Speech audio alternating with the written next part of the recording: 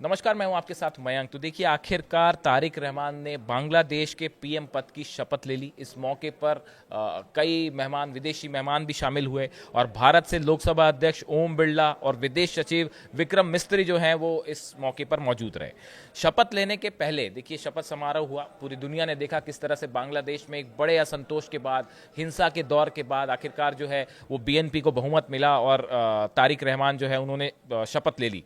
शपथ लेने के पहले बांग्लादेश नेशनलिस्ट पार्टी के अध्यक्ष तारिक रहमान को 13वीं जातीय संसद में पार्टी के संसदीय दल के नेता के रूप में सर्वसम्मति से चुना गया और उसके बाद जो है बैठक के बाद उनका नाम साफ हुआ कि अब ये शपथ लेंगे और शपथ समारोह हुआ। भारत ने बांग्लादेश की नई वाली सरकार के साथ काम करने को लेकर उम्मीद जताई है तो सावधानी भी बरती। अब देखिए, सबके मन में सवाल है कि भारत और बांग्लादेश के संबंध कैसे होंगे तारिक रहमान की शपथ लेने के बाद। भारत ने बांग्लादेश की नई सरकार को लेकर जो है एक सावधानी भरा कदम उठाया है। बीएनपी का इतिहास भारत के साथ रिश्तों को लेकर बहुत अच्छा नहीं रहा, लेकिन पार्टी के मौजूदा चेयरमैन तारिक रहमान का डेवलपमेंट का एजेंडा दोनों देशों के रिश्तों को नॉर्मल करने का और बेहतर बनाने का एक मौका बन सकता है। इस तरह की राय कुछ एक्सपर्ट्स जो हैं वो जाहिर कर रहे हैं। रहमान के चुनावी कैंपेन में अपने 31 पॉइंट प्लान पर उन्होंने जोर दिया था। उन्होंने देश को सबको साथ लेकर चलने वाले रेनबो नेशन, उन्होंने बांग्लादेश को एक रेनबो नेशन बनाने का वादा किया। उन्होंने कहा हम सभी को साथ लेके चलेंगे। इसको एक इस मैसेज के तौर पे देखा गया कि क्या हिंदुओं को लेकर, हिंदुओं की सुरक्षा को लेकर वो बड़ा फैसला करेंगे और जो हिंदुओं पर अटैक हो रहे थे क्या इसे रोकेंगे। इस तरह की बात सामने आई।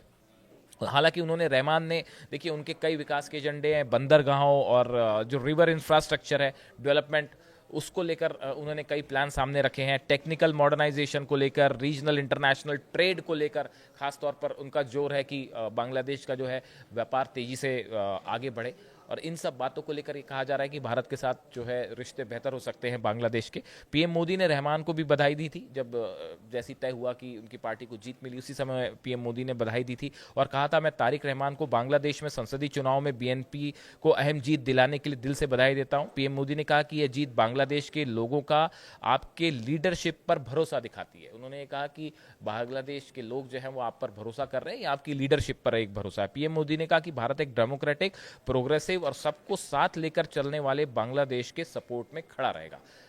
पीएम मोदी की तरफ से मैसेज साफ है कि अगर आप सबको साथ लेके चलते हैं तो हम आपके साथ खड़े हैं। वहीं दूसरी तरफ जो शेख हसीना है, पूर्व प्रधानमंत्री, इनकी तरफ से बयान आया। उन्होंने कहा बांग्लादेश की पूर्व प्रधानमंत्री शेख हसीना ने 12 फरवरी को हुए 13वें संसदीय चुनाव के नतीजों को सिरे से खारिज कर दिया है। उन्होंने इन चुनावों को पूरी तरह से फर्जी और प्रशासनिक हेरफेर का नतीजा बताया। हसीना ने आरोप लगाया कि लोकतंत्र का उत्सव नहीं बल्कि उसकी हत्या थी।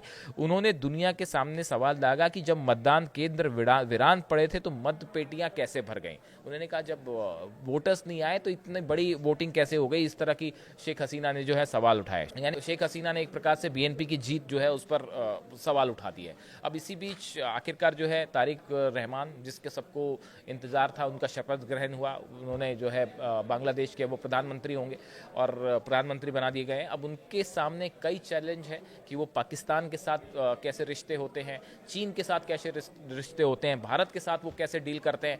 इसको लेकर कुछ वक्त लगेगा अब ये देखने में कि तारिक रहमान जो है वो कैसे इंटरनेशनल रिलेशंस को संभालते हैं और साथ ही जो इंटरनल एक असंतोष है बांग्लादेश में, हिंदुओं पर हमले हुए या जिस तरह से कई जगह जो है प्रदर्शन हुए, हिंसा हुई, आगजनी हुई, इसको लेकर उनका क्या स्टैंड रहता है, कैसे वो बांग्लादेश में एक प्रकार से शांति स्थापित करते हैं और विकास को लेकर क्या उनके बड़े फैसले होते हैं, इस पर सबकी नज़र है। इससे जुड़ा जो भी अपडेट होगा आप तक पहुंचाएंगे। Thank you so much.